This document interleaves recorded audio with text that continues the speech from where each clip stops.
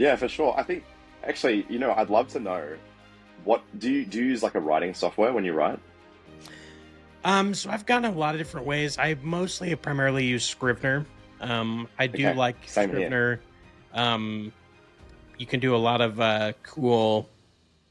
I like how you can break things up and everything. Which quick little shameless plug: if you use the code Quest at checkout, you can get 20% off using the link in the Oh, description. nice. So throwing that out there um, That's a great for deal. anyone watching. But yeah, I like Scrivener. I've used Ulysses a little. Hmm. That one was fine. I didn't really care too much about that. But recently, what I've been doing, I do a lot of outlining in Notion. So I basically built myself a template in Notion Yeah. to keep track of my notes. But I've actually been doing a lot of handwriting. So I've been writing my notes, like writing in a notebook, Ah, awesome. Yeah, just cool. to mostly because I like all of my work, everything I do is on a computer or phone or whatever. So it's just Yeah. a way for me to like cut out all that distraction and I can just sit down with a notebook and write. Yeah, that's a really great thing that you've got going then, because like I think a lot of times we undervalue or at least underappreciate like the transmission of thought to paper. In some ways best transmits via the pen. You know what I mean? Like Hmm. like the pen is an extension of your mind, right? Like that's kind of like that classical Greek idea behind writing good stories or creating art in general. Like the brush is an extension of your hand, which is an extension of your Hmm. mind. So, like I think Neil Gaiman actually says a lot about um, handwriting as well because he's pretty big on that. Um, I love some of the technology that's coming out around that too. Like I've been really eyeing off the I think it's called Remarkable, the tablet. Yeah. Yep. Yeah, like that looks so cool to me. Hmm. That's something that I want to try at some point. At the Yes. moment, I've mostly just been typing, but I have handwritten in the past, and it was really cool. Like it was a great experience. Yeah.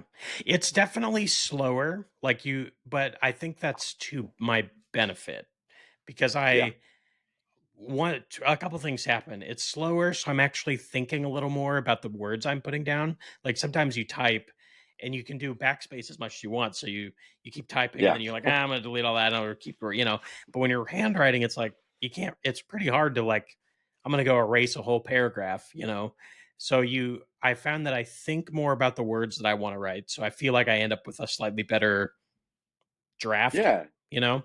And then it also, I kind of feel like I remember more of what I wrote. Like it's a little more embedded in because sometimes what'll happen if I write on the computer is like, after you write 20,000 words over a couple of days, I kind of forget a couple of the details. Like, oh, what did I write in that earlier? Whereas with yeah, handwriting, I feel like it's a little more embedded. Um, but yeah. Okay. I have been interested in trying Remarkable. I also been looking at getting a free write. Have you seen those? No. So Oh, it's okay. Hold on. Is that like the little computer? It's like a keyboard with like a tiny screen. Is that? yeah, Yeah. they have a Ah, couple of yeah, different models, but it's just like a yeah, keyboard with a e-ink to screen yeah. on it, and then all it does is you just type. Like it's just for drafting. And you can only like I think you can only see like one or two lines of what you're Hmm. typing as you go. Yeah, Yeah. see, I think stuff like this is really great because, as you said before, like handwriting kind of helps you formulate arguably better considered prose, right? But also, um, not being limited by distraction will enable you to, I guess, unlock a little bit more like natural stream of consciousness. So you start to work out like who you are as a writer, like what your voice is. I think Hmm. you work out you can kind of finesse it a little bit more. I think through that process, but Yeah. as you say, obviously it does slow the process down. Yeah. So I guess there's pros and cons to all of this stuff, but I would absolutely love to go back to doing some handwriting at some point. Hmm. Um, but yeah, it's difficult because like once you get used to typing, it's like, well, this is fast. Like I've figured my process out. I'm doing it quickly. My momentum is keeping up, so everything seems to be working. So something like the free write might be like a good kind of middle ground because you get that typing experience, but you're not limited by distraction. Yeah. So yeah, that's cool. I might have to check that out. Yeah, I would recommend to any writer to like just try some handwriting. Like even if it doesn't become your main mode, even or like a great way to do it probably would be like if you're writing your main story on Scrivener or whatever, but if you have like a short story idea, do that on a notebook. Just give yourself like that break, for doing it. What I've heard about the free write is it's really great for like your first drafts, like where you're just Yeah. like, I just need to crank out the words. We're trying to get the first version of this done because you can't really edit it. You can't like go back very well. It's kind of like handwriting where you can't. It's hard to go back and edit and stuff. So yeah, I'm really interested in getting one of those. And I think that's another argument for handwriting is that, once you've done that draft, when you actually sit down and start typing it up, like essentially what you're doing is your first round of serious revision, right? So Hmm. it's kind of cutting out one part of the process there in some ways. A lot of people don't think about it like that. Like they think, oh man, I've got to handwrite it and then I got to type it up and then I got to edit it. But it's like, well, if you type it up, that's your first edit. Like you're going to Hmm. consciously edit it as you type.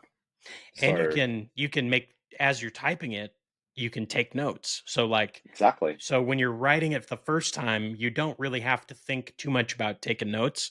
And then when you go back and type it, as I'm typing, I'll be like, oh, we need a little more description here. We need a little more of this here. And so it gives you like that second pass of like, even if you're not changing that much about it, you can kind of process it, I guess. Yeah, that's super cool.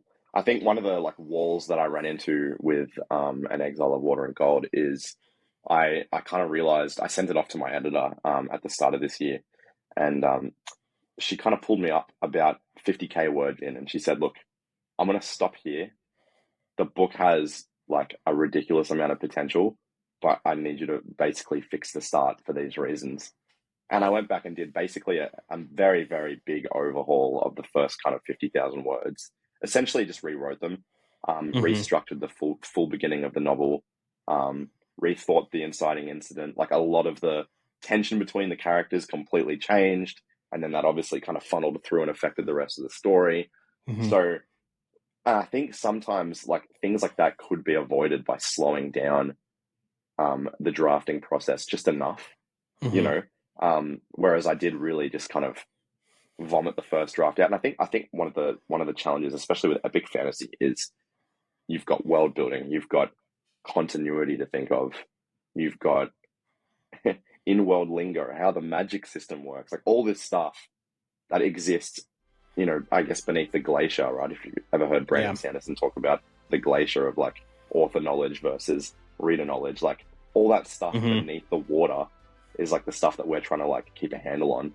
Um, and it affects what the reader's seeing up here, So that's one of those things where I think like the drafting process could be slowed down sometimes. I'm Yeah. I'm super quick.